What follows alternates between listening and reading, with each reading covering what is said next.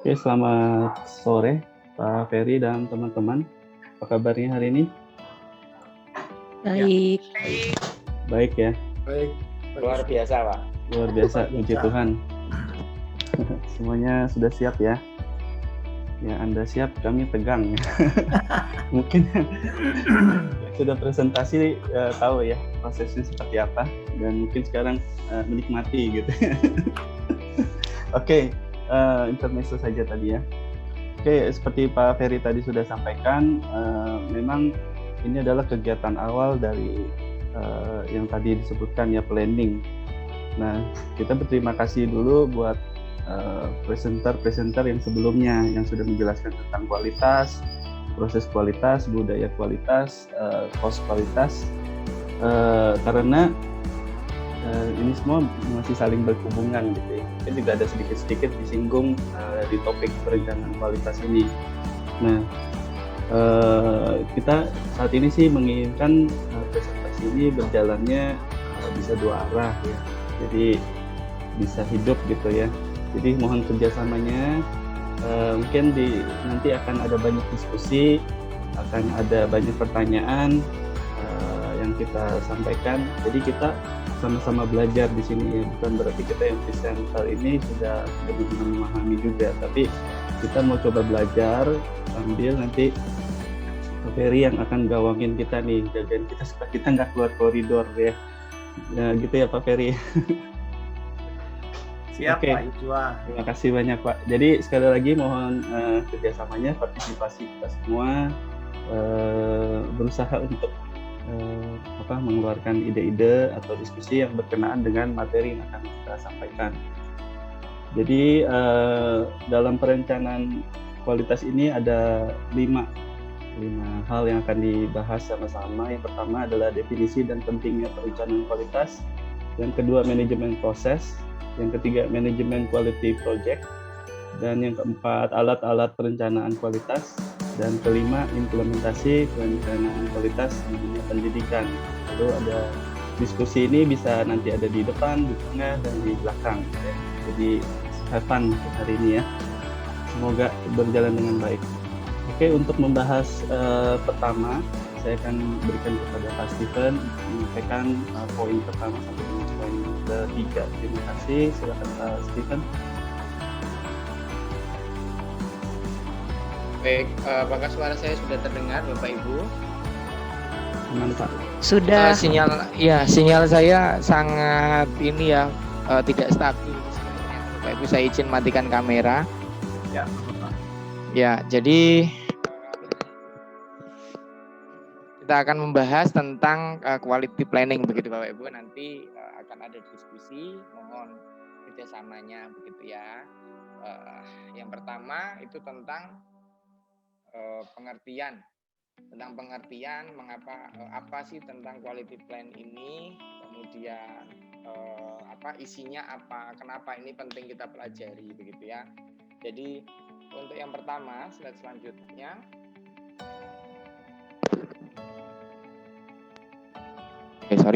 Untuk pertama tentang quality plan. Apa itu quality plan? Quality planning itu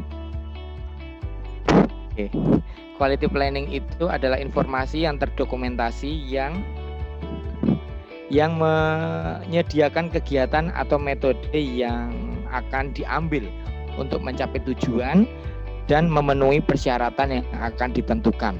Ini yang berarti awal dari atau setting up dari standar yang pertama kali yang akan dilakukan.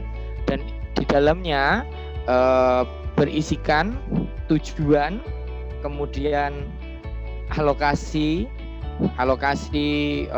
seperti keuangannya, kemudian alokasi kepemimpinannya, tanggung jawabnya, begitu ada alokasinya, kemudian ada step-stepnya, standarnya seperti apa, prosedur untuk melakukan quality planning itu bagaimana, metode penilaian dan program pengujian. Dan ini tadi kalau kita seandainya melihat yang pertama kali dari pengertiannya, informasi ini pastinya terdokumentasikan. Nah, mengapa begitu penting ya bagi quality planning itu terdokumentasikan? Karena yang pertama itu memastikan kesesuaian dan kebutuhan daripada dengan kebutuhan pelanggan. Kemudian kesesuaian dengan standar dan prosedur baik eksternal maupun internal. Kemudian memfasilitasi ketelusuran dan memberikan bukti objektif, memberikan dasar untuk pelatihan. Kemudian bersama dengan beberapa rencana untuk produk layanan dan proyek organisasi memberikan dasar untuk mengevaluasi ya keefektifan dan efisien sistem manajemen mutu gitu. Nah, dari hal ini semua dapat kita katakan bahwa kembali lagi saya tekankan bahwa quality planning itu adalah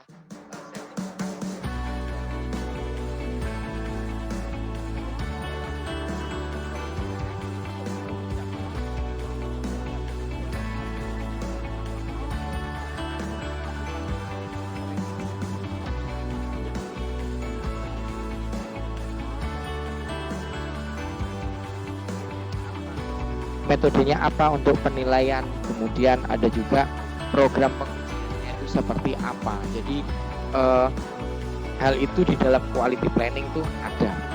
Nah, begitu juga mungkin di dalam sekolah ya Bapak Ibu. Kira-kira Bapak Ibu di sini kalau kita seandainya ini kita bayangkan ke sekolah ya. Coba sama-sama kita membayangkan dulu ya. Seandainya ini kita terapkan di sekolah. Ya, quality planning ini terapkan di sekolah seandainya. Nah, udah kelihatan nih. Kira-kira masuk di bagian mana saja nih? Apa saja yang masuk di dalam quality planningnya? Kira-kira apa saja begitu? Coba yuk kita diskusi ya, melihat yang menjadi quality planning di sekolah Bapak Ibu. Lanjut. Ya, kita coba diskusi kira-kira apa yang menjadi bentuk nyata nih dari quality planning di sekolah Bapak Ibu. Ada yang mungkin bisa bantu Bapak Ibu? Kira-kira apa ya yang menjadi bentuk nyata dari quality planning di sekolah Bapak Ibu? Saya mungkin kasih contoh ya. Saya kasih contoh tujuannya. Kan itu tadi isinya ada beberapa ya tujuannya. Tujuan kalau saya di sekolah atau sekolah Lentera Harapan di tempat saya mengajar itu contohnya kalau disingkat KFC gitu ya, jadi lapar enggak ya, bukan KFC ya, knowledge yaitu true knowledge ya, KF berarti faith in Christ ya, dan C-nya karakter yaitu ganti karakter. Jadi tujuan kami atau visi dan misinya itu ada di situ dirangkum untuk mencapai kegiatan yang lain, mencapai hal yang akan kita kerjakan yang lain begitu. Nah, itu yang menjadi visi daripada sekolah kami, maka masuk dalam salah satu quality plan-nya. Kalau dari Bapak Ibu kira-kira boleh nggak berikan contoh nih, kira-kira apa ya yang masuk di quality plan di sekolah Bapak Ibu? Boleh open mic Bapak Ibu, kira-kira apa?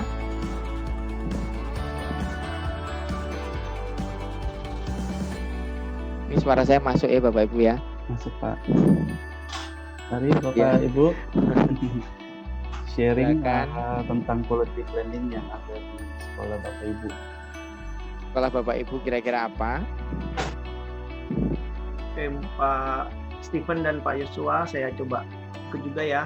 Saya coba bantu dengan sedikit menginginkan pertanyaannya agar Bapak Ibu bisa cek dari pertanyaan Pak Stephen tadi terkait dengan perencanaan kualitas. Yang ditanyakan Pak Stephen adalah outputnya ya. Perencanaan kualitas itu kan proses perencanaan tersebut. Nah, outputnya adalah plan ya, rencana. Nah, jadi mungkin yang ditanyakan sekarang adalah outputnya, rencana yang terlihat atau yang Bapak Ibu lihat terkait dengan quality plan ya, quality plan apa saja yang Bapak Ibu bisa contohkan dalam situasi sekolah Bapak Ibu. Bentuk dari quality plan itu yang Bapak Ibu lihat konkretnya apa.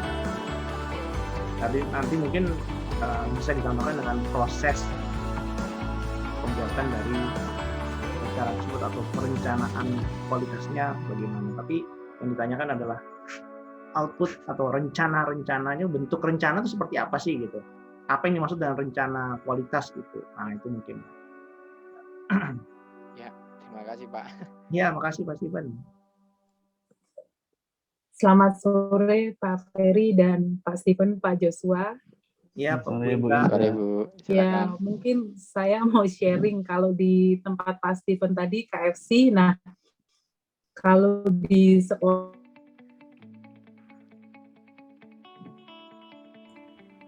Wah, nge-lag ya Bu Indra ya. Iya, Pak. Oh iya. Bu Indra masih ada kah? sepertinya sinyal saya bermasalah ya. Ya. Ya, Ya, oke. Saya ulang ya Pak. Silakan, Bu.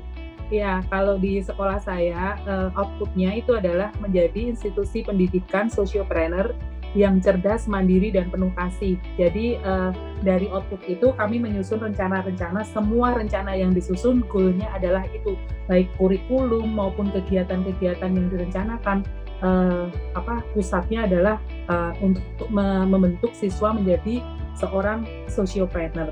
Seperti itu, Pak Ferry, Pak Joshua, dan Pak Stephen. Terima kasih. Terima kasih Bu Indra. Bu. Baik, ada lagi mungkin satu lagi.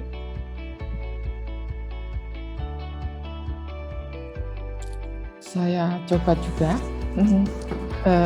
Ya, seperti minggu lalu saya juga sudah sharing tentang apa sih visi misi, karena ini kualitas planning itu terkait dengan output, maka kita tidak lari juga dengan visi misi. Nah, kalau di kami itu menjadi seorang pribadi, outputnya adalah menjadi seorang pribadi yang mampu menghayati CHIPS. CHIPS itu kemarin minggu lalu kami sharingkan, dari Compassion, Humility, Integrity, Peace, and Leadership. Itu outputnya. Kemudian nanti itu di breakdown-nya ke bawah lagi dengan proses perencanaan dalam pembelajaran yang arahnya menuju kepada nilai-nilai kerecisan seperti itu. Itu Pak. Terima kasih. Ya, terima kasih Suster. Lalu di chat ini ada Ibu Maria, mungkin lebih bisa di-sharing Bu Maria. Unit plan atau lesson plan? Lesson plan. Iya, bagian ini sih Pak, nggak tahu ya, ini kepikiran aja gitu, karena tadi kan yang terdokumentasikan, lalu planning dilakukan di awal gitu, pasti untuk pencapaian kualitas gitu. Kalau yang Pak Stephen bilang, karena kami masih di yayasan yang sama kan, pasti untuk skala masih sama gitu kayak pastinya. Tapi kalau makin diturunkan gitu ya, seperti tadi Bu Indra bilang, juga masuk pasti ke dalam kurikulum. Nah, di dalamnya itu juga ada unit plan dan lesson plan, karena kita yang di lapangan kan gitu. Nggak tahu. Terima kasih. Bener Bu, itu bener. Ya. Jadi saya akan lanjut. Nanti mungkin kita bisa sharing yang lebih lanjut ya. Nah, di dalam mohon ditampilkan lagi Pak, minta tolong. Ya. Tadi sudah sharing Bapak Ibu, terima kasih ya, dan sharingnya kebanyakan memang hampir sama begitu ya, visi misi begitu. Mungkin kalau dari prosedur itu ada SOP juga begitu ya. Jadi sebetulnya ada banyak sekali di dalam quality plan begitu. Ada banyak sekali yang sudah dibuat di sekolah. Rincinya pasti Bapak Ibu nanti kalau seandainya dirinci, diturunkan lagi, itu pasti akan banyak sekali. Begitulah, tiap sekolah mungkin ada perbedaan antara, ya mungkin dari saya walaupun satu visi misi itu ada perbedaan, seperti contoh dengan Ibu Mary tadi ya.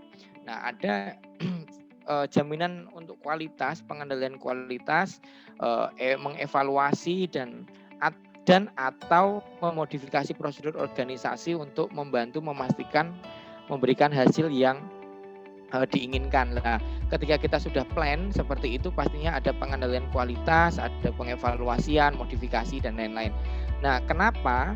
Karena memang di area tertentu ya, di area tertentu itu pasti di setiap perusahaan itu berbeda-beda. Ada yang dikuatkan, ada juga yang memang penguatannya itu beda-beda. Contohnya ada hal-hal yang penting yang dikuatkan atau lebih fokuskan karena itu melihat kebutuhan daripada setiap perusahaan itu atau setiap sekolah. Jadi setiap sekolah memang mempunyai kebutuhan sendiri-sendiri. Oleh karena itu penting dan perlu dicatat bahwa setiap rencana itu unik berdasarkan kebutuhan organisasi ya.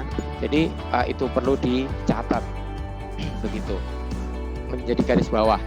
Nah, selanjutnya untuk proses manajemen ini itu sama seperti yang dikatakan oleh Halston dan Levstow ya.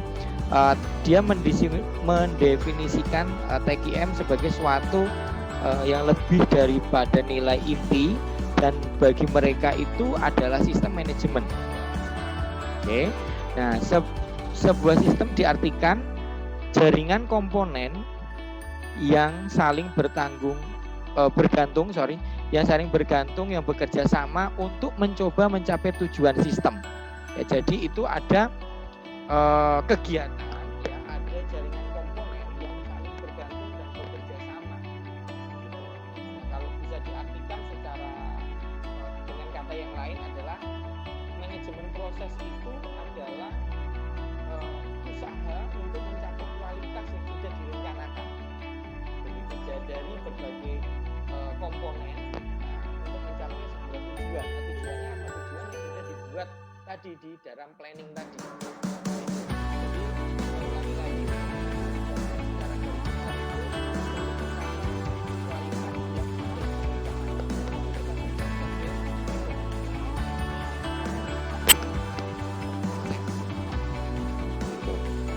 Oke. Nah, dalam mekanisme proses tersedia ada inputnya itu bagaimana. Dan kita di dalam TQM itu bertujuan untuk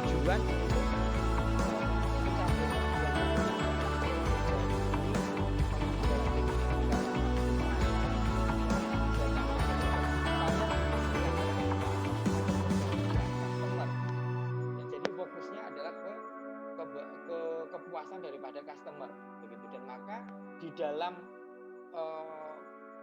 di dalam usaha itu terdapat 4 hal yang perlu diperhatikan untuk kepuasan atau kebahagiaan customer gitu ya. Kalau customer fokusnya berarti kita melihat apa yang menjadi kebutuhan ya. Di situ ada bagian customer focus ya. Customer focus ini berarti berbicara tentang apa yang menjadi fokus pelanggan, entah pelanggannya dari eksternal maupun internal. Kalau internal berarti dalam dalam perusahaan kita atau di dalam sekolah, kalau kita bicara tentang pendidikan dalam sekolah kita begitu. Itu kemarin sudah dijelaskan tentang customer dan internal maupun eksternal, itu sudah pernah dibahas ya di pertemuan. Nah, ada 4 hal yang perlu diperhatikan. Yang pertama adalah decision based on fact. Jadi keputusan itu berdasarkan fakta.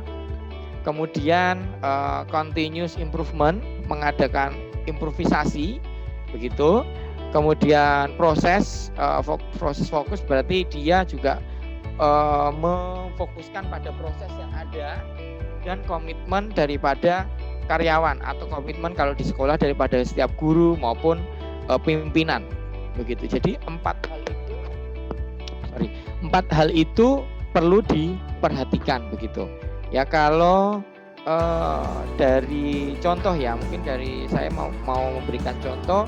Kalau di sekolah saya itu memang fokusnya pada kita memberikan fokus pada customer. Kira-kira apa sih yang menjadi perhatian khusus gitu. Nah, kalau melihat dari kurikulum mungkin ya, kalau dari kurikulum nih, kami kan kurikulum itu ada banyak Bapak Ibu ya. Kalau dari kami memilih atau kami diinstruksikan, lebih tepatnya kali ya, diinstruksikan untuk mengikuti kurikulum nasional. Ya, kurikulumnya kurikulum nasional. Kenapa? Karena melihat fokus atau kebutuhan daripada customer kami. Begitu. kalau seandainya di sekolah ini bukan bermaksud meng-underestimate begitu, tetapi memang di daerah kami, di daerah Sekolah Lentera Harapan, ketika kita menerapkan kurikulum yang lain, contohnya kurikulum IB contohnya, itu tidak akan cocok karena dari customer-nya sendiri bukan itu yang menjadi kebutuhan dan untuk mencapai kepuasan daripada customer atau daripada murid-murid, orang tua murid yang ada di sana gitu. Dan 4 hal ini sebetulnya menjadi fokus untuk menjadi perhatian ya khusus untuk mencapai customer tersebut begitu. Nah, coba Bapak Ibu mungkin bisa sharing begitu ya, kira-kira apa dalam proses ini, proses apa yang terjadi di sekolah Bapak Ibu untuk mencapai kepuasan pelanggan, kepuasan daripada customer itu. Kira-kira proses apa? Kalau dari kami kan menentukan kurikulum itu tadi. Mungkin kalau dari Bapak Ibu boleh sharing kira-kira prosesnya proses apa sih sampai kepuasan pelanggan. Silahkan, kita boleh ini ya sharing lagi ya Bapak Ibu ya.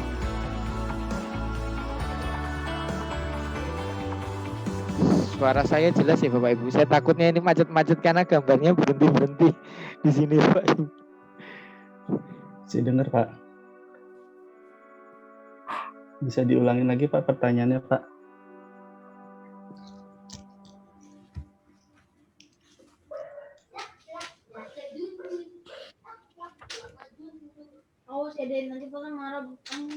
Nah ini proses apa yang terjadi di sekolah Bapak Ibu untuk mencapai kepuasan pelanggan.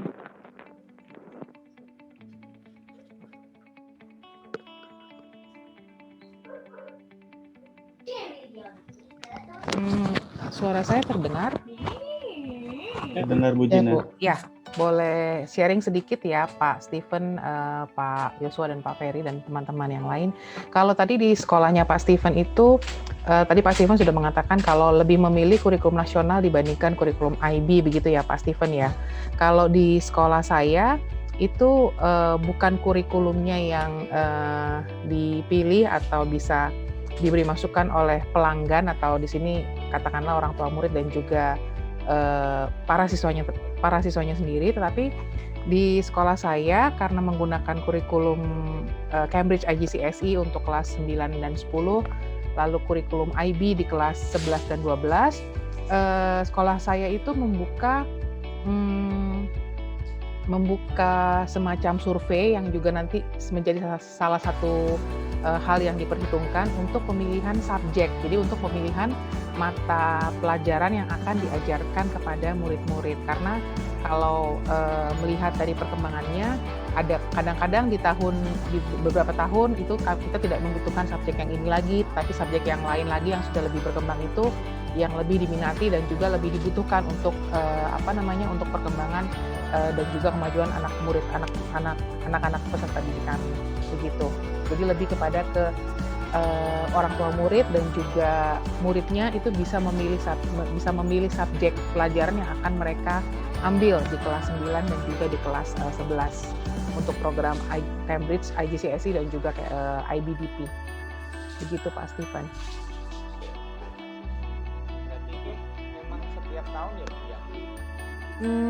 Ada seperti itu atau? Ini baru dibuka sekitar 2 tahun belakangan, sebelumnya tidak ada. Jadi ini adalah sesuatu hal yang baru yang kami lakukan karena mengingat pertumbuhan jumlah murid, kemudian juga jumlah gurunya juga semakin bertambah banyak, makanya dibuka kesempatan untuk murid-murid itu lebih dapat memilih subjek yang mereka inginkan dan mereka butuhkan gitu untuk masa depan mereka. Begitu.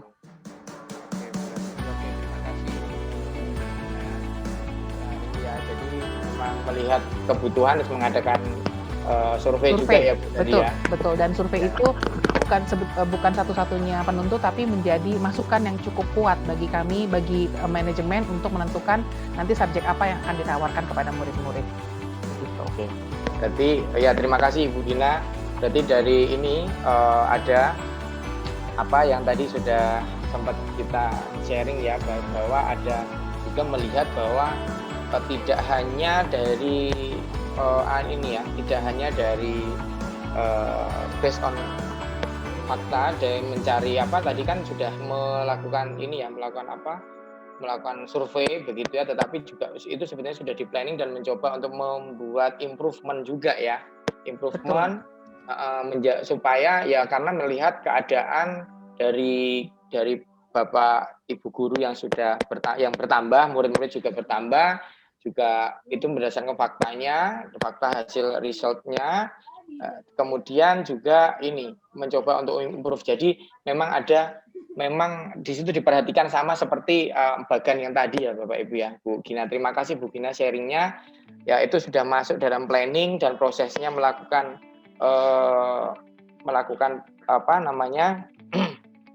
lihat ke lapangan gitu ya, melihat ke lapangan. Jadi benar-benar kita bisa melihat kira-kira nanti kepuasannya bagaimana dari customer tersebut begitu. Saya mungkin akan lanjut dulu ya Bapak Ibu ya. Nah, untuk yang ketiga ya, 1 itu tentang plan, 2 proses manajemennya. Nah, sekarang yang ketiga proses quality manajemennya. Proses quality management ini dibagi menjadi ada 3 bukan?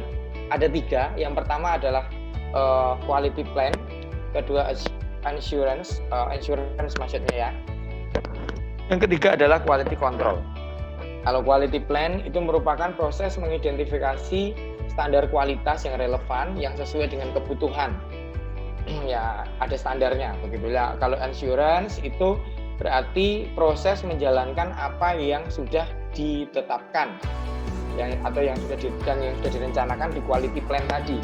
Ya, tadi di plan, kemudian kalau quality insurance ini menjalankan, dan quality control ini yang ketiga adalah proses pemeriksaan atau pengujian yang terukur. Nah, jadi jelas yang ada plan-nya, insurance-nya itu mengikuti, mengevaluasi, melakukan, kemudian quality control-nya itu pemeriksaan dan pengujian yang terukur. Gitu. Nah, di dalam quality plan sendiri itu ada 4 hal yang elemen utama, yaitu penentu kebijakan umum, penanggung jawab, dan arah pencapaian mutu. Dan juga ada penentuan strategi pencapaian mutu ya. Ada 4 hal ini. Nah, kalau itu dari quality plan. Kalau dari insurance, karena dia melakukan atau menjalankan apa yang sudah direncanakan dari plan begitu, pastinya dia mengawal strategi pencapaian kualitas, terus mengevaluasi, identifikasi ya. Jadi ada verifikasi keselarasan pelaksanaan pekerjaan. Dan dari ini memenuhi kualitas enggak gitu, memenuhi biayanya gimana, waktunya gimana. Jadi seiring dia mengawal gitu ya, jadi dia mengawal, mengevaluasi ya apa yang sudah diplankan di dalam kegiatannya itu. Nah, makanya di sini ada bagan yang pertama, perlu nggak ada improve gitu kan, take measure to improve. Kemudian kalau iya, identifikasi problem area, kemudian diidentifikasi faktornya, prepare kriteria, compare dengan hasil resultnya, kemudian analisis assessment-nya, dan itu seterusnya akan seperti itu. Itu bagian dari quality assurance proses. Kemudian kalau yang quality control, nah ini melihat apakah dia sesuai dengan penilaian mutu atau dari penilaian mutu dari hasil pekerjaan. Kira-kira di approve atau di reject, sesuai dengan mutunya atau enggak. Nah, bentuknya, hasilnya dari quality control ini, yang pertama itu bisa saja diterima ya, accepted. Kemudian yang kedua, atau terjadi perbaikan atau dikerjakan ulang yang ketiga. Dan yang quality control ini gunanya untuk pencegahan atau peningkatan dari plan yang direncanakan itu dicegah. Ini kayaknya nggak bagus dicegah karena nggak sesuai dengan mutu, atau perlu ditingkatkan seperti itu. Nah, itu pembahasan 1, 2, dan 3. Kalau boleh kita rangkum ya untuk 1, 2, 3. Yang pertama adalah quality planning, berarti pembahasan tentang setup standar quality-nya bagaimana yang tentunya terdokumentasi ya. Kemudian manajemen proses, yaitu upaya untuk mencapai standar quality. Dan yang ketiga adalah project management. project dari upaya mutu manajemen proses. Jika yang kita lihat satu sudah direncanakan, dua adalah upayanya mencapai standar. Jika di poin kedua ada problem atau tidak mencapai standar seandainya, ya, maka akan dibuat tindakannya apa? Project manajemen ini. Nah, digunakan untuk mencapai standar yang lebih baik untuk improvement. Gitu. Kalau memang tidak sesuai standar, begitu Bapak Ibu. Baik. Kemudian yang selanjutnya adalah quality planning tools, ya. Ini akan dibahas oleh Pak Yusuf. Silahkan Pak Iswan. Oke, terima kasih Pak Stephen. Jadi tadi Pak Stephen sudah merangkum ya tentang quality planning, manajemen proses, project management. Nah, sekarang ini adalah alat-alat yang digunakan dalam proses perencanaan kualitas. Nah, menyambung tadi pembahasan Pak Stephen, perencanaan kualitas ini ada standarnya yang ingin dicapai, ataupun jika ada proses yang ditemukan, maksudnya selama proses ini ditemukan ada masalah yang ingin diselesaikan atau butuh suatu improvement, maka kita juga bisa dibantu oleh tools-tools yang saya akan bahas ini. Nah, jadi selain untuk perencanaan dan juga bisa juga menjadi solving problem, tapi kita hari ini fokusnya kepada alat-alat ini yang dipakai untuk perencanaan kualitas. Nah, sebelum membahas, saya ada mengutip dulu dari Stanley J. Spanbor bahwa para pendidik harus belajar dalam menggunakan dan menafsirkan strategi dasar yang sering digunakan untuk meningkatkan mutu. Nah, para pendidik ini yang dimaksud ini adalah semua orang yang ada di dalam institusi yang melaksanakan peningkatan mutu, baik dari level manajemen sampai kepada individunya, seorang guru ya, melakukan tahap-tahap perencanaan yang ada ya. Misalnya contohnya manajemen tadi disebutkan proses planningnya adalah merencanakan visi misi atau merencanakan quality objektif, kebijakan keuangan, standar-standar layanan mutu. Nah, misalnya di level kepala sekolah membuat perencanaan kebijakan kepala sekolah. Level guru juga misalnya meningkatkan mutu pengajaran. Bahkan ada yang menjadi target pribadi, misalnya saya harus improve nih, saya harus improving myself. Contohnya kalau misalnya saya dituntut untuk bisa mengerti IT selama pembelajaran online, berarti saya harus belajar sesuatu. Nah, untuk melakukan proses-proses itu, kita menggunakan alat-alat bantu ya. Nah, yang bisa menjadi opsi. Jadi mungkin dari beberapa tools yang akan saya berikan, mungkin udah ada yang familiar ya, sudah sering digunakan atau bagaimana. Nah, jadi alat-alat ini membantu kita dalam merencanakan planning tadi ya. Oke, di sini kita lihat beberapa contoh saja. Contohnya ada brainstorming, work affinity, Ishikawa atau familiarnya dengan fishbone, diagram tulang ikan, flowchart, Pareto graphic, cost and benefit analysis, ini yang sudah dibahas waktu kita membahas tentang biaya kualitas. Lalu standarisasi, ini juga pernah dibahas waktu sesi kualitas. Lalu check sheet dan juga histogram. Nah, sebelum membahas lebih lanjut, apakah teman-teman pernah nih menggunakan satu atau beberapa tools dalam membuat rencana kualitas? Jadi koridornya di sini adalah alat bantu ini yang kita gunakan selama kita proses pembuatan rencana kualitas. Mungkin bisa sharing, syukur-syukur semuanya bisa pernah pakai ya, jadi saya nggak perlu bahas lagi nih. Silakan sharing, misalnya brainstorming atau fishbone, flowchart, Pareto graphic, benchmarking, standarisasi dan lainnya. Ada Bapak Ibu?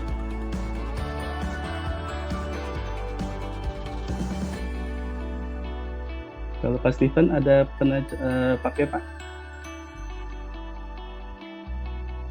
Pak Steven? Cek. Ya. Cek. Maaf Pak, saya Iya. ini sudah salah bentar, sorry. Ya, untuk ini ya dari ke 1, 2, 3, 4, 5 ini ya. Ya, ada 8 kurang lebih Pak. Kira-kira ada yang pernah dipakai nggak Pak alat-alat seperti ini Pak dalam proses perencanaan di tempat Bapak?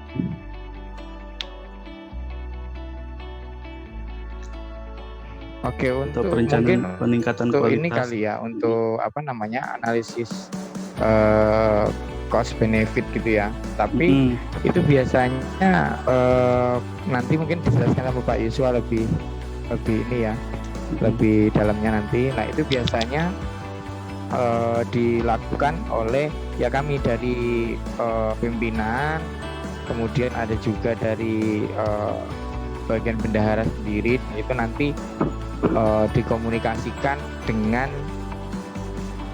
yayasan, dengan head office lebih tepatnya begitu. Cuma nanti ada alatnya juga Pak. Maksudnya alat ininya ya Pak ya, ada kayak bentuk Excel atau apa itu gitu. Ya. Berarti Bapak pernah pakai ya Pak? Dan analisis. Ya, terima kasih Sorry, Pak. Ya, berarti Bapak pernah pakai ya Pak cost benefit analysis seperti ini ya? Oke. Kalau misalnya di tempat saya sendiri, saya pernah melakukan yang paling sering sih brainstorming ya. Ketika membuat rencana sesuatu ini paling sering pakai brainstorming karena sangat mudah, cepat, dan juga banyak ide-ide kreatif yang biasanya muncul. Lalu juga benchmarking ini saya juga pernah pakai. Waktu itu saya survei ke 2 sekolah yang tentunya kita membuat tolak ukur ya untuk perbaikan standar di tempat kita. Lalu kita di tempat saya juga memakai standarisasi. Mungkin semua sekolah yang memakai kurikulum nasional memakai 8 standar yang sudah ditetapkan pemerintah. Mungkin ada beberapa teman yang ingin sharing, silakan. Di tempat saya, ya Suster. Kami menggunakan flowchart itu untuk proses perencanaan kualitas pembiayaan. Tapi memang belum sampai ke tiap-tiap unit, jadi baru sampai pada taraf manajemen, misalnya bagian HR, kemudian finance, kemudian operation, kemudian marketing communication. Itu mereka menggunakan flowchart ini untuk merencanakan tahap-tahap perencanaan sampai goal-nya seperti apa, kemudian prosesnya bagaimana, itu detail sekali memakai flowchart. Nah, untuk departemen saya pribadi, karena saya terlalu sibuk, maka waktu itu saya baru buat pada awalnya, tapi memang rumit ya, bukan rumit sih sebenarnya, detail sekali. Terus akhirnya oleh konsultan, udah Suster fokus aja dulu yang penting jalan dulu, karena memang tugas saya terlalu banyak dan kayaknya kalau hanya satu ini, yang lain nggak kebagian waktu gitu ya. Jadi tapi yang lain seperti HR, kemudian finance, operation, dan marketing communication masih pakai ini sampai sekarang. Dan ini sebagai bahan nanti untuk evaluasi setiap minggunya atau juga tapi biasanya kami evaluasi setiap minggu sampai sejauh mana sih ininya, pencapaiannya, kekurangannya apa, kemudian kenapa, kayak gitu-gituan. Jadi memang menurut saya sih detail sih, setiap langkah bisa terukur gitu. Ya, makasih. Terima kasih banyak Suster. Mungkin saya kasih satu lagi kesempatan bagi teman-teman yang ingin sharing. Silakan. Saya sharing ya Pak. Ya, terima kasih Bu Christine. Jadi kalau nggak dari chart ini, brainstorming of course biasanya setiap ada acara atau apa pasti kita brainstorming. Flowchart mungkin diceritakan sama Suster ya. Ya, kalau depan saya itu biasanya pakai flowchart buat pada saat membutuhkan SOP, kita masih pakai flowchart. Kalau benchmarking, karena kita preschool, of course kita harus lihat sekolah-sekolah SD-nya itu requirement-nya apa. Nah, ini tuh biasa jadi benchmarking kita. Dalam standarisasi bisa dipakai untuk karena kita sekolah Montessori juga, biasanya itu kita ada satu organisasi Di situ ada standar-standarnya yang dipakai, jadi kayak standar ruangan, standar rasio anak murid dan guru. Nah ini kita pakai. Cost benefit analysis ini kita biasa pakai bulanan. Jadi biasanya nanti dari pihak finance akan paparkan cost untuk per 3 bulan sih. Per 3 bulan tuh seperti ini. Terus kemudian kira-kira achievement kita bagaimana. Nah dari sana tuh biasanya kita, misalnya balik lagi kita akan di-challenge oleh marketing, dari finance, cost yang dikeluarkan segini. Terus kemudian benefitnya apa nih yang bisa didapatkan. Kalau kita mau spend another one, apa lagi nih yang akan harus didapatkan lagi. Jadi nggak boleh cost istilahnya uang keluar tapi nggak ada feedbacknya sama sekali.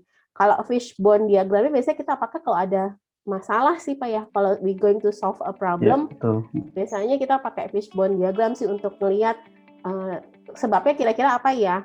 Terus kalau kita udah tahu sebabnya, baru kita ya mungkin solusinya sebaiknya kayak gini.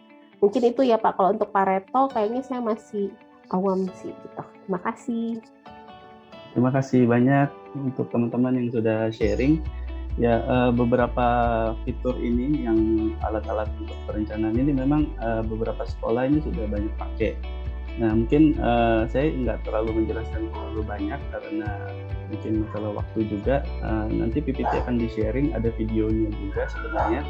Jadi saya akan bahas secara singkat saja mengenai tools-tools yang akan dipakai ini ya sebagai alat-alat membantu kita dalam proses perencanaan atau quality planning.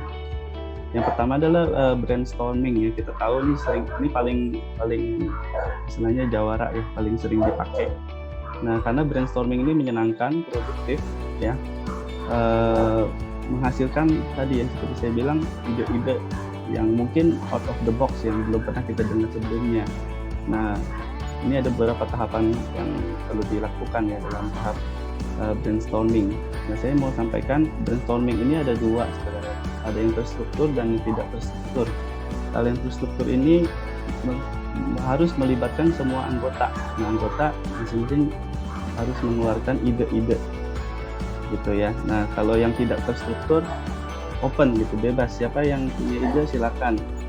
Tapi biasanya ini akan terjadi dominasi. Jadi orang-orang yang dominan nih akan menguasai jalannya diskusi brainstorming seperti ini ya. Oke, berikutnya adalah ini work affinity atau afinitas jaringan kerja. Sebenarnya ini adalah kelanjutan ya, bisa dibilang kelanjutan dari brainstorming. Kan ini ada ide-ide ya, ide-ide banyak. Nah, ide-ide ini akan ditulis di sebuah kartu, lalu ide-ide tersebut dibuat secara detail. Nah, mengenai makna ide-idenya apa sih maksudnya, dibuat sedetail mungkin. Lalu anggota tim akan mengelompokkan seperti yang ada di gambar ini ya, dikelompokkan dan menemukan hubungan yang berkaitan. Nah, kita melihat benang merahnya lah istilahnya. Nah, misalnya di sini ada isu tentang mesin. Nah, ini ada beberapa. Ternyata masalah mesin kita udah tua nih dan sebagainya ya. Nah, ini sudah dikelompokkan, jadi kita bisa melihat secara lengkap masalah dan juga kita bisa mengambil langkah penting untuk next step-nya apa. Oke, planning berikutnya apa. Nah, berikutnya adalah fishbone. Oke, fishbone ini diutuskan oleh Ishikawa, nama lengkapnya Kaoru Ishikawa, terkenal dengan diagram tulang ikan atau diagram cost and effect. Jadi membahas tentang cost. Sebuah cost ini ada sebenarnya efek-efeknya apa aja. Nah, dan langkah berikutnya kita akan bisa mengontrol. Nah, ini contohnya. Nah, ini major defect-nya ada beberapa ya, low quality lah, tentang masalah ini masalah-masalah yang ditemukan di lapangan. Contohnya ini adalah sebuah perusahaan manufaktur ya, mencoba mengidentifikasi penyebab yang dialihkan untuk variasi dalam lini produksinya. Nah, mereka membentuk tim dan menemukan 6 kemungkinan, yaitu yang pertama bahan mentahnya kualitasnya rendah, terus lalu fluktuasi daya, suhu ruangan, ketidakhadiran pekerja, pelatihan yang buruk, dan beberapa peralatan yang sudah tua. Nah, dari 6 major ini bisa didetailkan lagi seperti ini contohnya. Nah, ini masalah power tadi ya. Ini ada beberapa kendala yang bisa dijabarkan. Nah, dengan demikian kita mengetahui cost mana atau penyebab mana yang sebenarnya yang paling besar yang perlu kita handle. Dan berikutnya akan dibuat rencana kerja selanjutnya.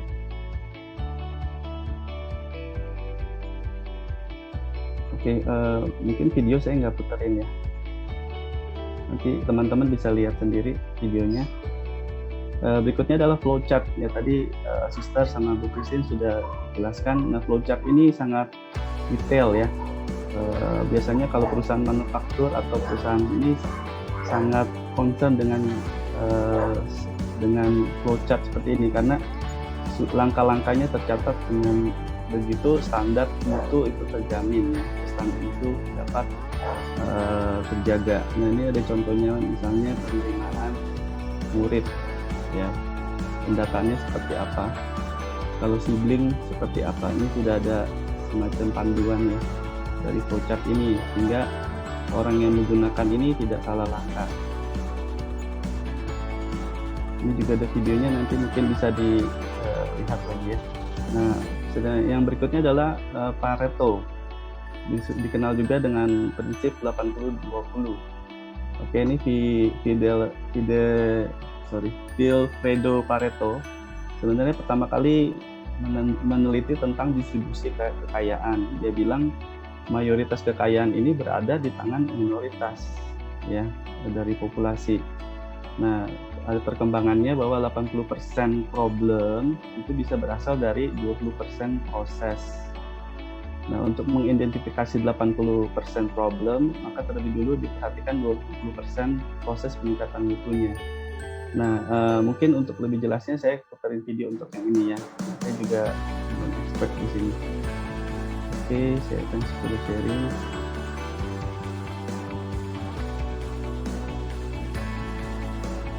Ini kalau suaranya kedengaran nggak ya?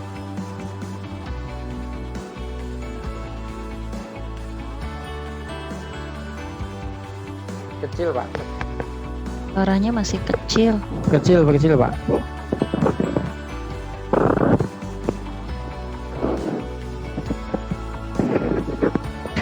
Mungkin close dulu, habis itu masuk lagi, Pak. Terus include video ya, audio ya, Pak.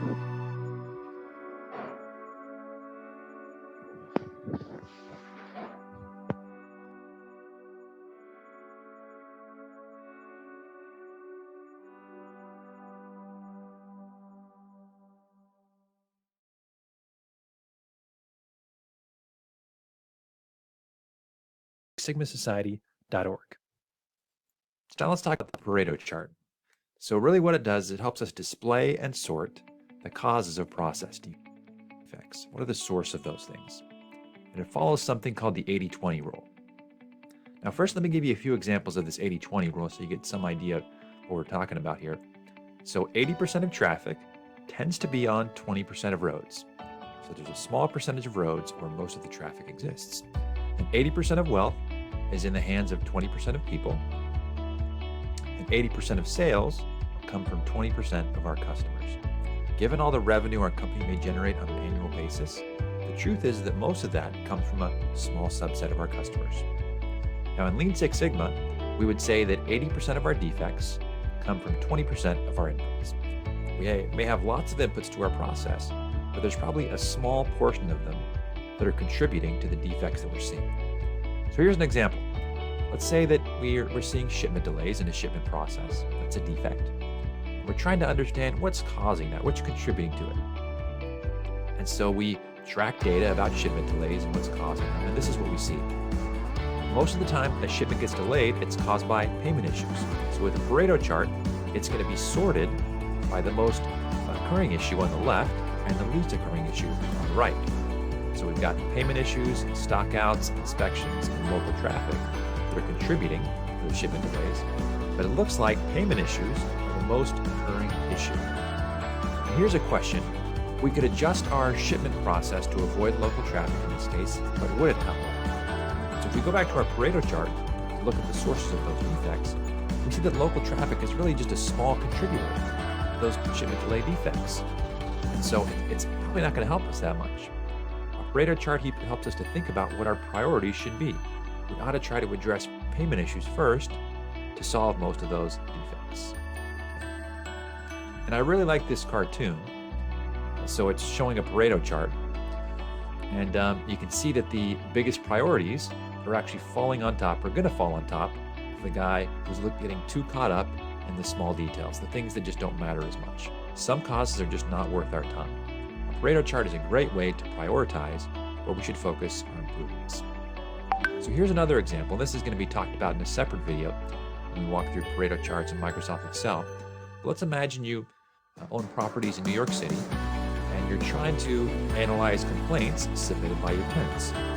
Because what you want to do is try to minimize those complaints, to keep customers and tenants coming back, and to make your properties desirable. And so you prioritize the complaints on the Pareto chart, you sort it, and you see that a good portion of the complaints are coming from unsanitary conditions, that it's just not clean, and issues with paint and plaster. Maybe there's paint that's peeling or something. And so if you're trying to figure out, okay, what can I do? What should I start with if I'm trying to address defects, minimize those complaints, and make my property more attractive? You want to start with those issues. Focus there first, and then kind of work your way across the Pareto chart. Ya, kurang lebih seperti itu ya Pareto. Jadi dari data yang ada, kita melihat nanti dari grafik itu mana yang paling besar problemnya itu yang akan diselesaikan, yang kira-kira itu mencapai 80% dari problem. Kalau kita fokus ke situ, nanti masalah overall ya kemungkinan akan lebih terselesaikan ketimbang kita fokus kepada masalah-masalah yang kecil. Jadi kita di sini juga nggak buang-buang waktu menyelesaikan hal-hal kecil, sedangkan kita sebenarnya punya big problem yang perlu diselesaikan. Berikutnya adalah ini cost and benefit ya. Ini sudah sebenarnya dibahas kelompoknya Suster. Tadi seperti Bu Christine bilang, setiap bulannya, atau Pak Steven juga bilang, apa yang kita keluarkan ini harus menghasilkan, istilahnya seperti itu ya. Jadi harus terkontrol dengan baik. Berikutnya ini ada videonya juga, nanti mungkin akan Bapak Ibu bisa lihat sendiri ya. Berikutnya benchmarking. Nah ini benchmarking, saya pernah melakukan benchmarking ke 2 sekolah. Dari sini kita melihat nih, tujuannya adalah untuk compare ya. Tentu saja kita compare keadaan kita dengan keadaan kompetitor. Lalu kita mengidentifikasi gap yang ada. Misalnya dalam setiap bagian-bagian tertentu kita masih ada kurangnya, itu yang kita perbaiki. Dan tahap berikutnya ini sebuah cycle ya. Jadi seperti yang TKM, soul-nya adalah continuous. Jadi ini akan dilakukan terus-menerus, tidak stop di satu period, tapi kita akan terus improve ourselves. Dan kita melihat mungkin apakah bar kita sudah semakin tinggi, apakah bar kita malah semakin merosot. Oke, berikutnya standardize. Ini tadi juga saya sudah mention, beberapa sekolah membuat standar-standar yang harus dilakukan. Nah, untuk sekolah-sekolah nasional ada 8 standar yang harus dipenuhi, yang harus menjadi patokan ya. Jadi kita punya data, kita punya plan, ini jelas mau kemana, dan apa yang kita upayakan juga menuju maksudnya diambil dari plan ini. Jadi kita tidak melenceng atau tidak jauh dari apa yang menjadi standar kita yang sudah kita tetapkan di awal. Oke, berikutnya ini kurang lebih hampir sama sih, ini check sheet dan histogram. Jadi kita mendata beberapa masalah yang ada, lalu kita lihat, kita taruh, maksudnya kita tuangkan ke dalam bar ya, supaya lebih jelas histogram. Nah, kita melihat mana yang masalahnya ini paling tinggi. Ini yang kita bisa selesaikan dulu, mirip-mirip Pareto tadi ya.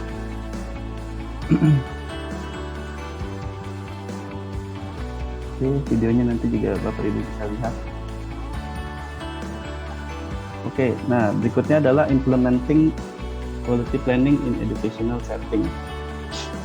Nah, bagaimana kita mengimplementasikan di dunia pendidikan. Nah, saya mengutip dari Tony Henry, ya, mutu lebih menekankan pada kegembiraan, kebahagiaan pelanggan, dan bukan sekedar kepuasan pelanggan. Ini ia lebih menekankan pada keterlibatan seluruh staf dan tidak bersifat hierarkis. Jadi ini menjadi tanggung jawab semua orang di dalam institusi kita, ya. Dan ia menekankan pada perbaikan mutu yang secara terus-menerus atau continuous improvement atau budaya mutu, dan bukan sekedar lompatan mutu yang temporal, ya. Ia adalah tentang hidup, cinta, hasrat, perjuangan, pemeliharaan, tangis, dan tawa. So emotional di sini. Oke.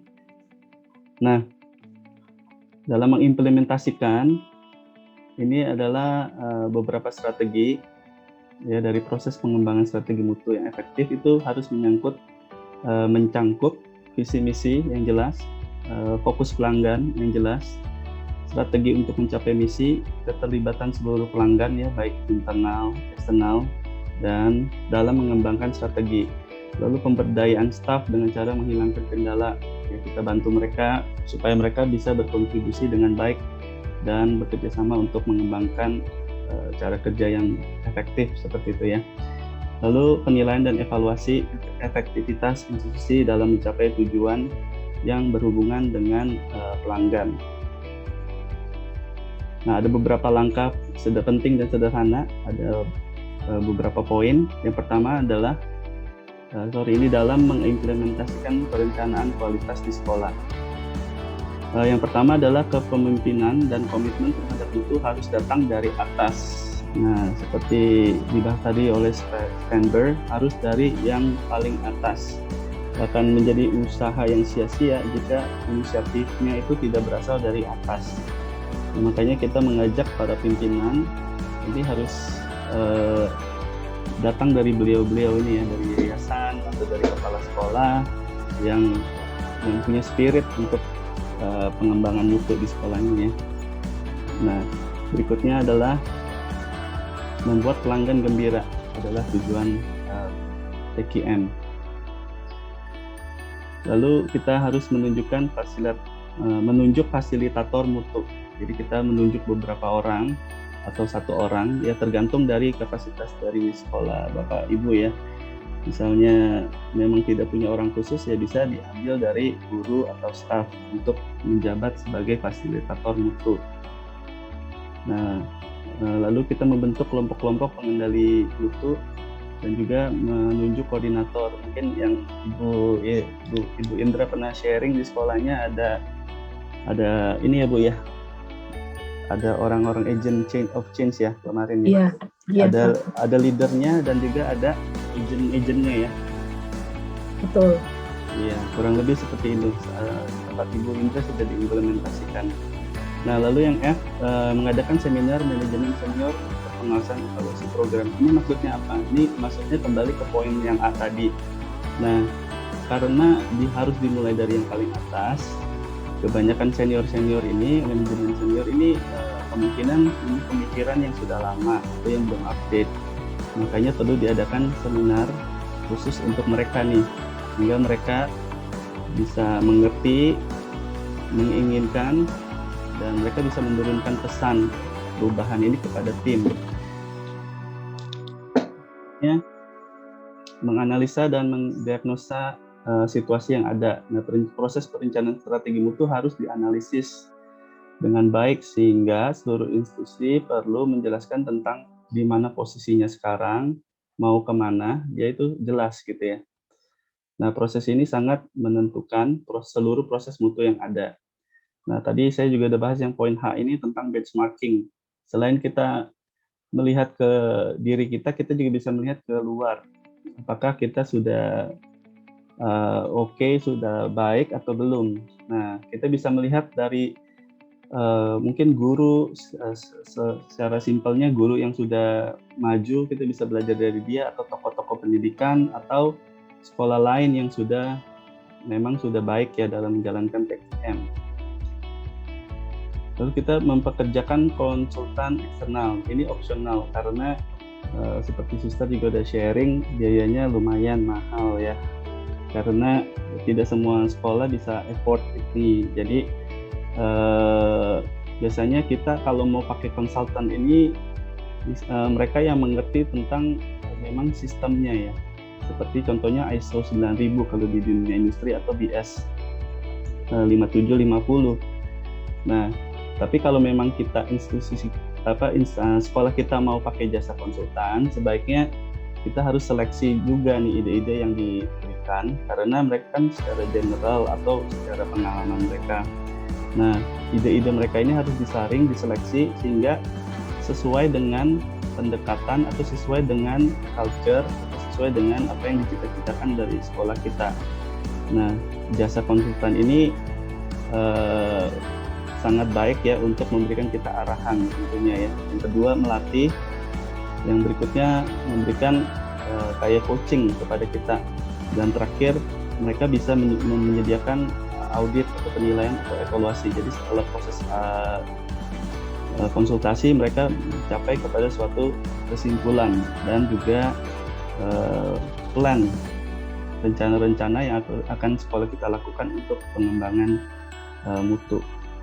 Berikutnya membuat pelatihan ya mutu bagi staf, pengembangan staf, karena bukan hanya tenaga pendidik tapi juga staf, juga semua yang ada di dalam lingkungan sekolah itu harus terlibat.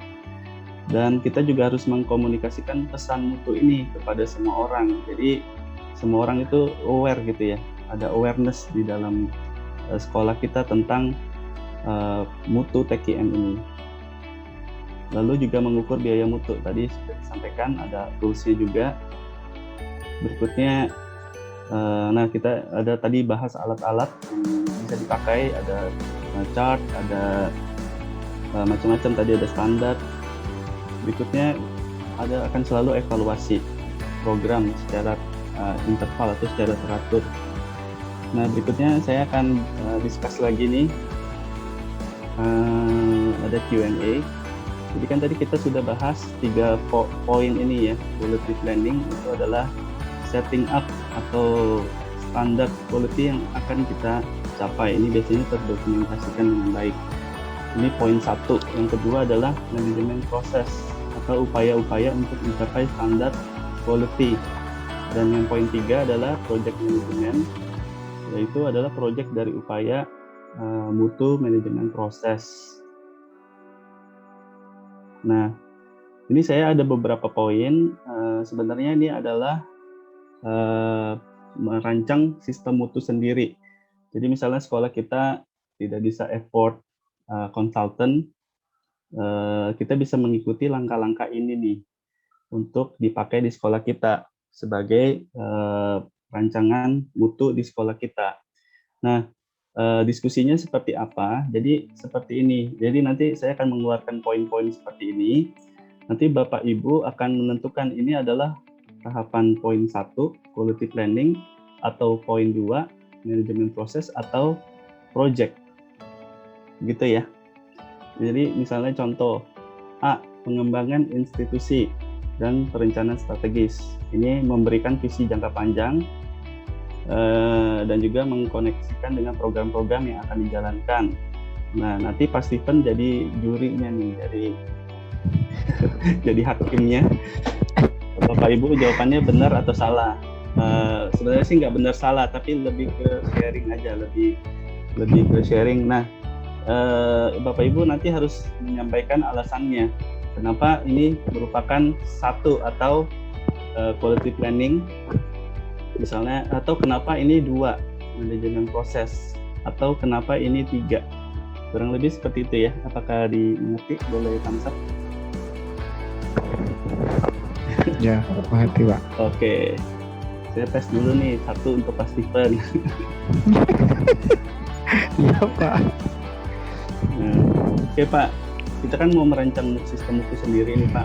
Yang langkah pertama ini harus mencakup elemen-elemen seperti ini ya Pak. Yang pertama A, mengembangkan institusi atau perencanaan strategis, yaitu memberikan visi jangka panjang bagi sekolah kita dan juga mengkoneksikan dengan program-program yang dijalankan, misalnya menentukan pasar, culture yang diinginkan, dan pelayanan mutu seperti apa yang kita inginkan. Menurut Pak Stephen ini merupakan quality planning, manajemen proses atau project?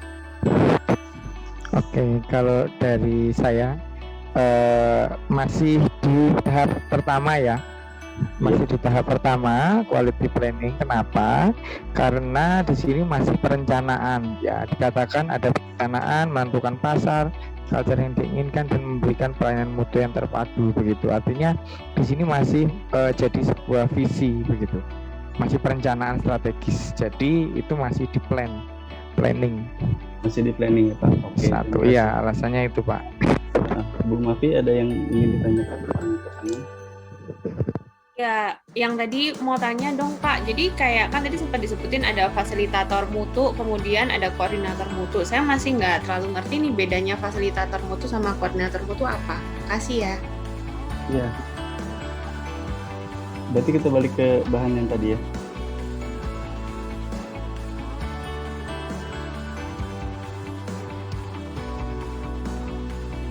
Oke, kita boleh belajar dari Bu Indra. Soalnya bagaimana Bu, kalau menurut Bu Indra tentang fasilitator dan koordinator, apakah ada bedanya atau orang yang sama Bu? Ya, kalau di sekolah saya untuk fasilitator dan koordinator itu orang yang berbeda. Mungkin misalnya koordinator itu diambil dari kepala sekolah. Jika memang kan ini programnya atau perencanaan ini turunnya dari yayasan, maka koordinatornya jika ke unit itu masuknya ke kepala sekolah gitu. Sedangkan fasilitator nanti dari yayasan dan kepala sekolah itu bisa menunjuk orang lain lagi untuk fasilitatornya siapa gitu. Nah, fasilitator ini nanti mungkin yang bertugas sebagai penjembatani antara kepala sekolah dengan nanti yang di bawah agent misalnya seperti itu. Tetapi pernah juga waktu itu sekolah saya kebetulan udah lama banget sih, tahun 2008. Waktu itu kami mencoba karena ada keputusan dari dinas bahwa SMK harus standarisasi ISO. Waktu itu sekolah saya pernah proses untuk ISO 9001. Nah, itu waktu itu ada wakil manajemen mutu itu ditentukan orang lain, bukan dari kepala sekolah ataupun dari yayasan, tapi dari yayasan dan kepala sekolah itu menunjuk orang lain sebagai sebagai WMM. Waktu itu kami menyebutnya wakil manajemen mutu. Jadi dia yang bertugas di unit begitu, Pak Joshua dan teman-teman. Ya, terima kasih banyak. Apakah oke, Bu Mafi? Ya, terima kasih. Ya, saya lanjutkan ya. Terima kasih Bu Indra, sangat membantu sekali. Sama-sama Pak. Iya, terima kasih. Oke, saya lanjutkan. Nah, yang ini ya. Jadi nanti Bapak Ibu bisa menjawab siapa saja. Saya nggak akan tunjuk yang kira-kira punya ide ini, apakah quality planning, manajemen proses atau project. Jadi sekali lagi quality planning itu adalah standar-standar yang kita sudah tetapkan di awal. Ya, atau ini setting up kita pertama, biasanya terdokumentasi dengan baik. Lalu manajemen proses ini adalah upaya-upaya kita untuk mencapai standar quality yang sudah di-planningkan. Jadi ini adalah upaya-upayanya. Ada prosesnya kita sebut, tadi pastikan sebut ini adalah mekanisme proses. Dan misalnya yang ketiga ini adalah project. Project ini biasanya muncul ketika dalam perjalanan ini sekolah ini nggak mencapai quality yang ada, makanya dibuat suatu project untuk mencapai quality tersebut, gitu ya. Jadi ini adalah makanya Bapak tadi di awal bilang sebuah cycle, karena ini saling berhubungan seperti itu ya. Tadi Pak Steven sudah mention kalau pengembangan institusi atau perencanaan strategis ini merupakan planning, gitu. Nah, berikutnya yang B, kebijakan mutu. Kebijakan mutu ini akan mengatur standar-standar dari masing-masing program pokok dan statement yang mengatasnamakan pelajar. Ya, kebijakan ini adalah statement publik tentang komitmen sekolah terhadap pelanggannya. Jadi ini kayak school statement. Menurut Bapak Ibu ini adalah planning, proses atau project? Silakan. Nanti Pak Steven yang juriin. Saya coba ya Pak. Silakan Bu, nggak ada benar salah. Kita sama-sama belajar, tenang aja. Ya, kalau kebijakan mutu itu kalau menurut saya itu sudah menyangkut dalam manajemen proses, karena di situ kan ada upaya ya. supaya artinya untuk riset pasar dan segala macam itu kan ada kebijakan yang harus ditentukan untuk mencapai target sasaran yang akan dicapai. Nah, yang di situ dicantumkan juga terhadap pelanggan baik internal maupun eksternal. Itu sih Pak, makasih. Ya, apakah ada pendapat lain dari teman-teman sebelum Ada, saya Pak, dari Pak Martin. Oh, Pak Martin, silakan. Iya.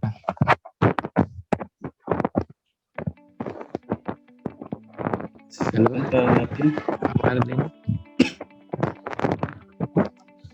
Oh, mic-nya rusak. Mic-nya rusak ya. Oh ya, silakan. Iya, kalau mungkin ini ya, kalau dari pendapatnya Pak Martin itu kan berarti masih satu Pak Martin ya, masih satu, artinya masih mengatur kebijakan mutu, masih belum ada ini, mungkin belum ada proses gitu ya Pak ya, kita baru mengatur kebijakan mutunya seperti apa. Tapi kalau dari Suster tadi kan sudah mengatasnamakan bahwa ini mengatur sudah kebijakan, berarti sudah melakukan manajemen satu tim manajemennya begitu ya, sudah masuk. Nah ini, oh ya Pak, kan alatnya lewat chat boleh Pak. Nah mungkin silakan. ini jadi sesuai dengan ini ya, sesuai dengan keadaan masing-masing, plannya awalnya bagaimana. Oleh karena itu bisa satu atau bisa dua seperti itu. Mungkin kalau dia sih masih satu ya Pak ya, begitu, karena ya itu masih menyusun program pokok begitu. Tapi tidak ada benar ya Suster. Itu tergantung alasan dan dasarnya apa begitu. Ya. Terima kasih Pak. Boleh kasih pendapat Pak? Silakan. Karena ada kata-kata akan mengatur standar ya, jadi maksudnya ini belum terrealisasikan, ini masih akan, jadi masih dalam proses planning. Mungkin kata-kata itu yang mungkin sebagian besar mengatakan kalau mungkin ini masih dalam tahap planning karena ada ini kata-kata kuncinya tuh kayak akan. Tapi di kalimat kedua nih udah ditulis sih, kebijakan ini adalah statement publik. Mungkin yang mesti disamain persepsi dulu, apakah ini masih prosesnya baru mau atau akan, atau memang sudah merupakan kebijakan gitu ya Pak. Betul, berarti Ibu Christine sudah mengerti perbedaannya antara planning dan juga proses. Mungkin Pak Ferry mau tambahin sedikit dulu atau nanti Pak? Ya, jadi kalau tadi ada sedikit pemahaman terkait dengan planning and plan-nya. Itu yang mungkin kata kunci yang bisa agar tidak terjadi bias lebih lanjut. Kalau planning kan proses ya, proses atau perencanaan itu sendiri ya, planning atau kata lainnya perencanaan. Plan-nya adalah output dari sebuah proses perencanaan. Nah, kalau yang dimaksud pada saat Pak Yosua menanyakan kebijakan mutu, itu adalah output dari sebuah perencanaan. Direncanakannya sebuah dari visi misi, kemudian goal dari organisasi, kemudian akhirnya ditetapkan sebuah kebijakan mutu atau school statement ya, quality statement dari sekolah. Misalnya apa? Makanya yang tadi yang di awal Pak Yosua tanyakan, apa sih contoh-contoh school statement? Ya, misalnya yang Bu siapa tadi ya, mau menciptakan sociopreneur ya, sociopreneur kebijakan mutu, atau juga sekolah kita adalah holistic education gitu ya, itu kebijakan mutu, itu output dari sebuah perencanaan quality sekolah seperti itu ya. Jadi bedakan antara ini. Nah, kemudian yang mungkin Suster maksudkan itu adalah pada saat sudah ada statement, kemudian ada problem, mungkin sudah ada indikasi ada problem, sehingga problem yang dimaksudkan itu terkait dengan kebijakan mutu yang sudah ditetapkan di depan tadi. Sehingga makanya mungkin maksudnya Suster adalah, oh ini kebijakan mutunya itu agak belum sepertinya tidak menyimpang dari rencana sebelumnya. Jadi itu harus di aware. Nah, itu masuk ke dalam yang tadi, masuk ke dalam yang kedua ya Suster ya tadi ya katakan. Itu harus sudah dievaluasi, harus ada di dalam bagian evaluasinya, proses. Nah, itu mungkin situasinya seperti itu yang saya coba bayangkan pendapat dari tadi Suster dan yang ingin disampaikan oleh Pak Martin dan Pak Yosua ya, seperti itu. Ya. Silakan kalau ada yang ingin menambahkan. Ada yang ingin menambahkan, teman-teman?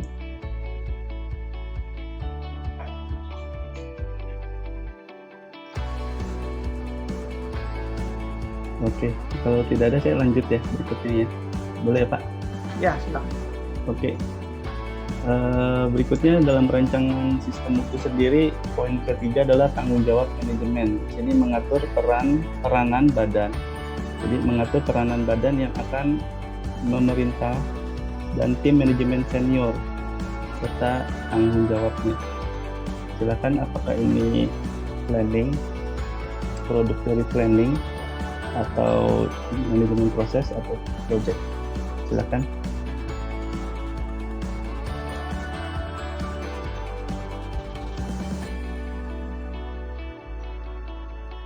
Tanggung jawab manajemen. Saya coba ya Pak Joshua. Silakan Bu Indra, thank you. Ya, untuk yang ketiga ini kalau menurut saya ini masih di bagian planning. Jadi setelah tadi kan salah satunya planning itu misalnya nih menetapkan visi dan misi, lalu disertai siapa yang bertanggung jawab untuk masing-masing misalnya dalam program yang telah ditentukan. Nah kalau nggak salah sih di tanggung jawab manajemen ini juga job description ya berarti ya Pak ya. Jadi dari masing-masing orang yang bertanggung jawab itu apa aja untuk tugasnya masing-masing. Maka menurut saya ini yang C ini bisa masuk ke dalam planning gitu Pak. Ya baik, terima kasih Bu Indra. Ada pendapat lain mungkin dari teman-teman atau setuju? Saya setuju Pak. Wah, jurinya udah bilang setuju. Oh iya. Tahan dulu Pak. Oh iya maaf ya. Semangat ya. Selalu semangat. Oke, Yeah. kalau begitu soal berikutnya atau langkah berikutnya dalam kita merancang sistem mutu sendiri. Berikutnya adalah D, organisasi mutu. Ya, menguraikan wilayah tanggung jawab kelompok pengarah mutu serta representasi dan akuntabilitasnya. Badan ini dibutuhkan untuk mengarahkan inisiatif, mengatur transformasi culture, mengatur dan mendorong dan mengawasi kemajuan serta menyelesaikan masalah. Silakan.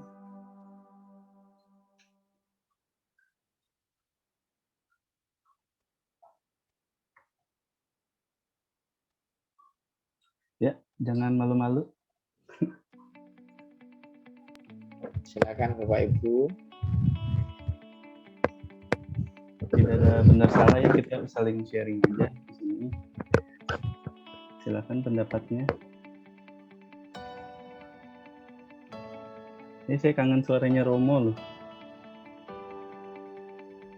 Romo. Halo, selamat sore Pak Yuswa. Iya, silakan Romo. Kalau menurut saya ya, ini bisa jadi bagian pertama planning dan juga bisa jadi bagian kedua gitu ya. Nah, gimana tuh Romo? Manajemen proses. Yang pertama, bagian pertama quality planning. Karena itu masih bagian menguraikan wilayah tanggung jawab, itu dia masih menguraikan gitu ya. Lalu bisa bagian kedua karena di situ sudah ada semacam job description itu ya. Ya, job desk-nya ya. Mengarahkan inisiatif, mengatur transformasi culture, mengatur dan mendorong dan mengawasi kemajuan serta menyelesaikan masalah gitu ya. Jadi saya melihat bahwa ini sudah bisa bagian pertama dan juga bisa bagian yang kedua, tapi pula bagian yang ketiga gitu ya. Baik, terima kasih Romo atas pendapatnya. Ada pendapat lain mungkin dari teman-teman?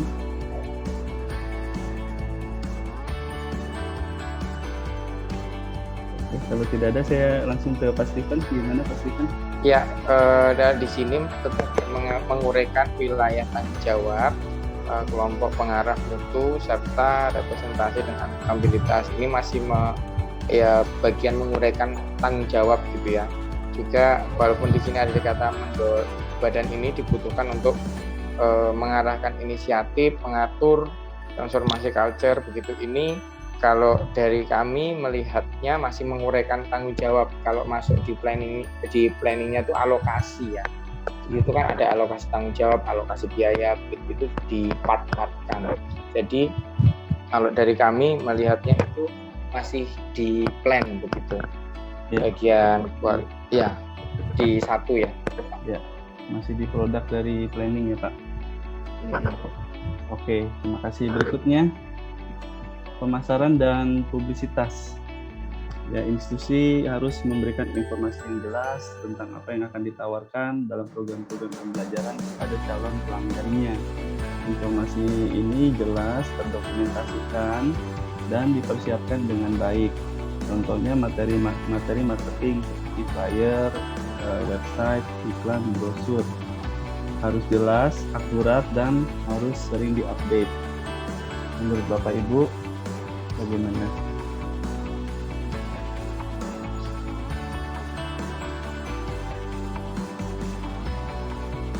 Silakan. Saya coba ya, Pak. Silakan, Pak. Ini menurut saya sih masuk ke nomor 2 ya, Pak. Masuk ke nomor 2 apa ya? Sebentar saya lihat dulu ya. Manajemen proses, ya Pak. Karena menurut saya ini dia udah melakukan sesuatu sih, Pak. Dan melakukan pemasaran publisitas ini apa yang harus dilakukan? Dibilang seperti harus mengatur iklan dan brosur ya, harus diupload secara teratur, terus harus didokumentasikan dengan jelas. Jadi menurut saya sih ini dia melakukan eksekusi sih Pak. Jadi masuk ke nomor 2. Terima kasih Pak. Oke, terima kasih Pak.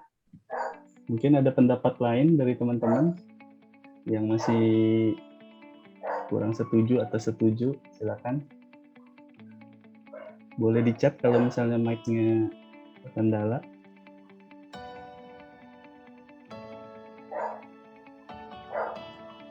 Oke. Belum ada respon, berarti langsung ke Pak Stephen, Pak. Silakan, Pak. Iya.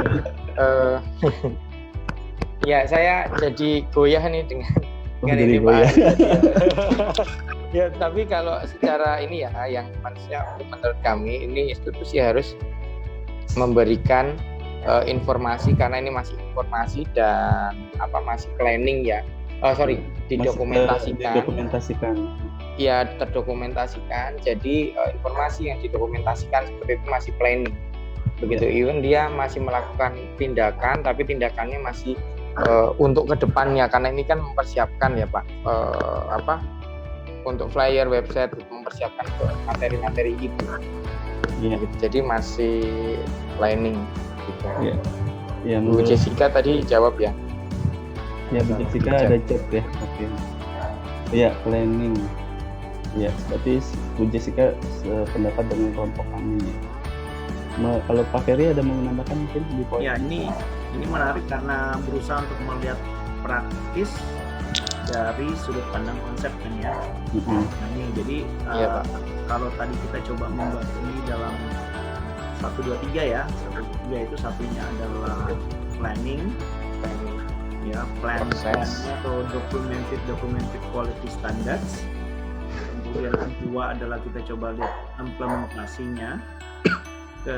Pada saat kita ngomong project itu adalah pada saat proses berjalan kita melihat satu situation atau conditional ya, mungkin miss ataupun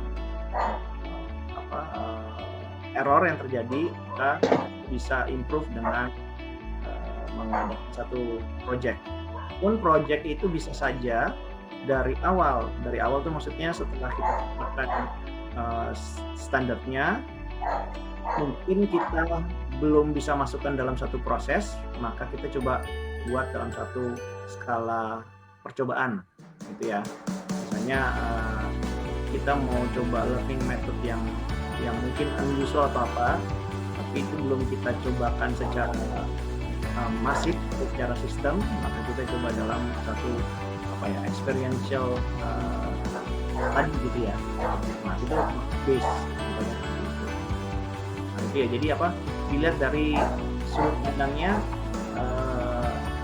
aktivitas-aktivitas yang disampaikan oleh Pak Yosua ini bisa saja beririsan antara planning dengan proses yang sedang berjalan maupun dalam situasi proyek. Nah, kita lihat saja bagaimana aktivitas itu sebenarnya dilakukan ya. Kita harus memang lihat apa yang menjadi aktivitas realnya. Itu sih sebenarnya. Oke, kalau dalam contoh ini pemasaran publisitas yang dimaksudkan adalah rencana atau sudah dijalankan? Itu mungkin yang Pak Yosua perlu tekankan. Ya, sebenarnya Institusi di sini harus lebih memberikan informasi. Ini berarti sudah bentuk praktisnya, flyernya sudah dijalankan, isinya flyer sudah, maka itu lebih kepada nomor 2 kan? ya betul. Oke. Ya, terima kasih Pak Ferry. Ya, memang kalau memang secara ini dokumen yang disiapkan itu berarti ke planning. Tapi kalau misalnya sudah eksekusi berarti masuk ke proses ya Pak. Ya. Strategi marketing plan gitu. Kalau Ya, marketing plan. Satu. Kalau merupakan masih plan, karena ini dokumen, ini masuk ke planning. Tapi kalau udah dieksekusi, sudah diinformasikan ke publik dan sebagainya, ini sudah proses. Seperti itu ya Pak ya. Dalam pemasaran atau publisitasnya ini kan bukan hanya saja pemasaran jasa atau service jasa atau aktivitas ya yang bukan misalnya event atau apa ya, tapi bisa saja ini pada saat disebarkan responnya kurang. Nah itu harus jadi evaluasi. Nah itu jadi project ya Pak. Jadi kedua. Dibandingkan dengan kita mau strategi plan atau strategi marketing kita apa? Nah itu di stage pertama. Oke. Ngomong ini jadi stage ya, jadi sequence gitu. Baik Pak. Saya lanjut ya. Berikutnya adalah penyelidikan dan pengakuan. Ini tahap kunci dalam karir pelajar. Ya, pengarahan ini harus benar di tahap ini harus karena vital ya. Ini seperti misalnya penyambutan, perhatian yang diberikan kepada pendaftar, prosedur yang ketika mereka masuk institusi kita ini juga harus didokumentasikan dengan baik, harus direview secara teratur. Sistem-sistem ini maaf Pak Yosua, ini boleh biar kita bisa nanti menentukan yang mana. Yang tadinya penyelidikan pengakuan ini translation-nya gimana ke bahasa Inggrisnya atau gimana Pak? Mungkin biar kita penyelidikan itu kayak apa gitu Pak? Iya. Jadi translate-nya terus terang langsung dari buku stalisnya udah begini Pak. Jadi mungkin kalau saya mau coba ini adalah kita nggak bisa ngomong investigation ya Pak.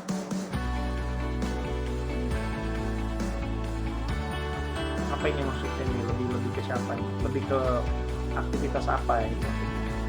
Nah ini lebih ke mungkin yang kedua itu kayak ada beberapa sistem 2 yang perlu didokumentasikan, kayak aplikasi awal, wawancara, seleksi, mirip-mirip seperti seleksi ya Pak ya. Oh iya, seleksi awal ya Pak. Akreditasi pembelajaran iya. Lebih ke seleksi Pak ya. Ya, nanti seleksi dan juga penerimaan siswa ya. Iya. Biasanya bukan Pak ya, bukan pengakuan sih, penerimaan kali penerimaan ya. Iya. Biasanya kalau sekolah-sekolah itu kan punya kriteria tertentu ya Pak. Iya. Punya mutu kualitas tertentu. Mungkin makanya oleh sebab itu mereka mengadakan ujian masuk, tes masuk, atau ada wawancara. Nah ini mungkin prosesnya di situ Pak. Ini boleh tahu Pak di halaman berapa ya di Salis biar saya bisa coba bantu. Oke, bentar ya Pak. Karena kalau kita nggak tahu apa aktivitas atau implementasi yang dilakukan agak jadi rancu ya Pak. Ya. Ada di halaman 256 Pak.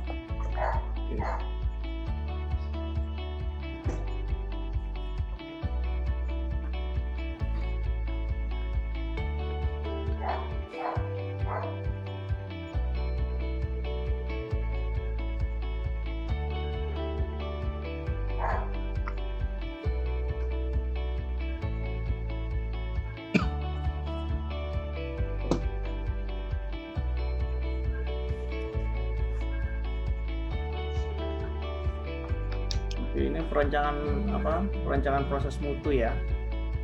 Iya. Proses mutu ini. Nah, kalau ngomong tentang yang dimaksud ini lebih ke bagaimana si sekolah itu menetapkan langkah-langkah,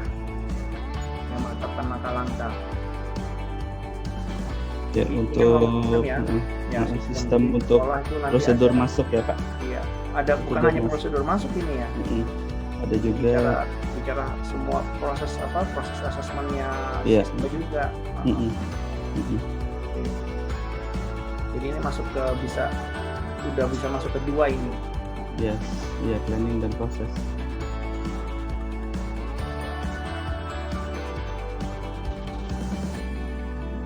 Oke, baik, saya lanjutkan saja ya Pak. Berikutnya adalah program induksi. Program induksi biasanya di awal siswa masuk nih diadakan program induction training seperti itu, atau kalau karyawan induction training yang bertujuan untuk mengkomunikasikan, memperkenalkan tentang institusi kita, tentang etos dan juga metode pengajaran yang akan kita lakukan. Induksi ini perlu dijadikan subjek evaluasi untuk meyakinkan segala kebutuhan pelajar telah terpenuhi.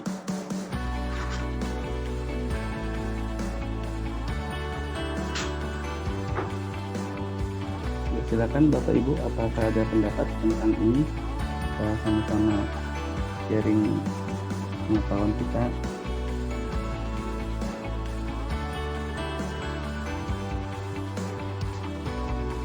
Program induksi. Di tempat Kak Steven ada program induksinya? Pak Yosua, Ya, silakan. Ya, silakan Bu. menurut saya kalau yang induksi ini udah masuk yang kedua ya Pak. Iya. Udah bagian dari proses, karena kan sudah bukan hanya planning aja, tapi sudah dilakukan ya. Ada kegiatan atau tindakan yang dilakukan. Ya. Ya. Iya itu sih Pak. Ya, ada pendapat lain mungkin yang lain. Terima kasih Bu Junita. Ya. Buat kalau Pak Steven, gimana Pak Steven? Ya, setuju dengan Ibu Junita. Ini sudah melakukan pekerjaan tindakan ya, sudah ada tindakannya gitu. Ada sudah proses yang berjalan. Ya, ada proses berjalan. Oke, terima kasih. Lalu penyediaan kurikulum. Ini adalah tahap vital. Metode pembelajaran perlu ditetapkan dan diterapkan dalam aspek program, silabus, skema kerja, catatan penilaian, rencana aksi, catatan presentasi, dokumen, perbaikan, evaluasi, semuanya harus terdokumentasikan dengan baik. Demikian pula sistem yang dikembangkan untuk mengatasi kesulitan pembelajaran, penilaian formatif, sumatif, dan juga ini catatannya perlu terdokumentasikan dengan baik dan terperinci. Oke, ada pendapat dari Bapak Ibu mengenai hal ini? Ini juga yang kedua ya, yang masuk di manajemen proses ya. Karena kan di sini juga dikatakannya udah metodenya udah ditetapkan dan diterapkan kan dalam bentuk-bentuk realnya. Jadi masuk yang kedua. Setuju Pak Steven?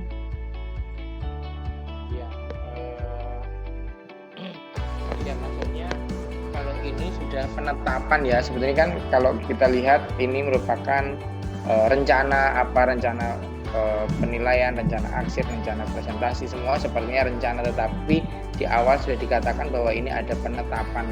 Kita juga ambilnya dua sih Pak. Pak Ferry mungkin mau menanggapi. Ya, kalau saya ngelihatnya dari skopnya ini ya, jadi mungkin Pak Yosua kita perlu lebih menggali lagi lebih detailnya, lebih detail dalam membuat contoh-contoh yang misalnya penyediaan kurikulum. Nah, ini yang dimaksud penyediaan kurikulum ini jangan diambil sebagai satu definisi untuk dipilih yang 1, 2, 3, tapi contohnya tadi kan, sehingga kalau misalnya ini yang dimaksud, maka ini 1. Kalau misalnya yang dimaksud 2 itu kalau yang dimaksudkan hal lain itu mungkin 2. Nah, jadi kita mesti mungkin lebih spesifik ya, sehingga teman-teman bisa menjawab ini adalah planning, dokumen plan, ataukah ini sudah proses manajemen. Gitu ya. Jadi contohnya kayak gini, ada satu ini kan sepertinya gambaran banyak hal nih yang penyediaan kurikulum. Kalau katanya dari judulnya penyediaan kurikulum, ini kan dari A sampai Z ya. Jadi kalau di awalnya adalah metode pembelajaran perlu ditetapkan.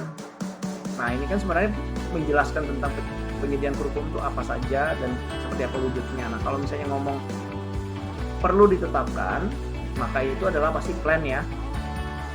Nah pasti plan. Nah kemudian kalau misalnya udah ngomong yang berikutnya, catatan aksi, catatan dokumentasi, perbaikan dan evaluasi, itu udah ngomong pasti proses ya. Betul Pak. Prosesnya. Jadi makanya ini terlalu luas untuk kita jawab sebagai pilihan 1, 2, 3 Pak. Jadi ini karena banyak sekali hal itu. Jadi memang tadi akhirnya pendapat teman-teman kalau misalnya ini yang dimaksud itu bisa 1. Nah itu mungkin ya teman-teman coba untuk lebih mendetailkan jawaban dari pilihan yang ditetapkan. Oke, ya terima kasih banyak Pak Ferry. Ya. Sebenarnya kegiatan ini adalah untuk mempertajam pengertian teman-teman ya mengenai planning itu bagaimana implementasinya, lalu yang proses itu seperti apa. Nah, saya lihat dari sudah sampai poin H, ini sudah mulai jelas nih, jadi sudah mulai kritis gitu. Jadi ini bisa masuk ke planning, ini bisa masuk ke proses seperti itu ya. Nah, untuk berikutnya mungkin saya tidak akan lanjutkan pertanyaannya karena pertama waktu, yang kedua karena ini kan sebenarnya saya ingin menyampaikan ketika kita tidak memakai jasa konsultan, sebenarnya kita bisa kok merancang sistem mutu sendiri di sekolah kita ya. Nah, ini adalah poin-poinnya, cakupan yang kita, elemen-elemen yang ada ya. Nah, kita akan sudah sampai di poin H. Boleh begitu Pak Ferry? Ya, oke, nggak apa-apa. Ya. Yang penting kan kita berusaha untuk coba memahami yang penjelasan. Betul.